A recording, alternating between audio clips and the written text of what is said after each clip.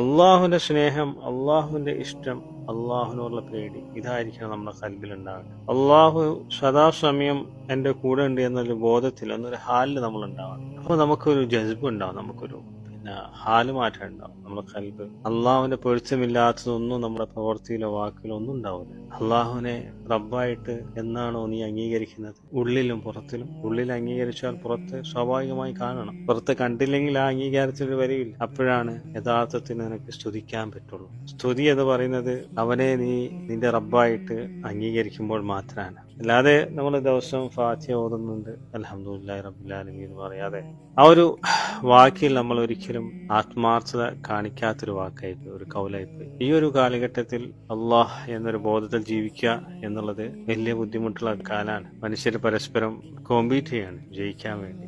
ഏതൊരു കാര്യത്തിലും ഞാൻ ജയിക്കണം എന്നൊരു ബോധത്തിൽ കുടുംബത്തിലായാലും സമൂഹത്തിലായാലും അവരവരുടെ തീരുമാനങ്ങളിൽ അവന്റെ വാശിയിൽ ജയിക്കണം എന്നൊരു നെട്ടോട്ടത്തിൽ മനുഷ്യൻ ഓടുകയാണ്. അള്ളാഹിന് മുമ്പിൽ ഞാൻ അടിമയാവണം എന്നുള്ളൊരു ബോധത്തിൽ ആരും നടക്കുന്നില്ല. ഇവിടെയാണ് നമുക്ക് തോൽവി സംഭവിച്ചിരിക്കുന്നത്.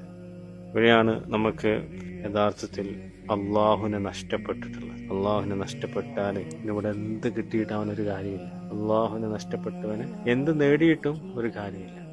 അതുകൊണ്ട് ദുആ ചെയ്യുക, റബ്ബേ എൻ്റെ തെറ്റുകൾ ഓർക്കുമ്പോൾ, നിന്റെ ശിക്ഷയെ ഓർക്കുമ്പോൾ എനിക്ക് പേടിയാണ്, പക്ഷെ നിന്റെ റഹ്മത്തിനെ ഓർക്കുമ്പോൾ എനിക്ക് സന്തോഷം.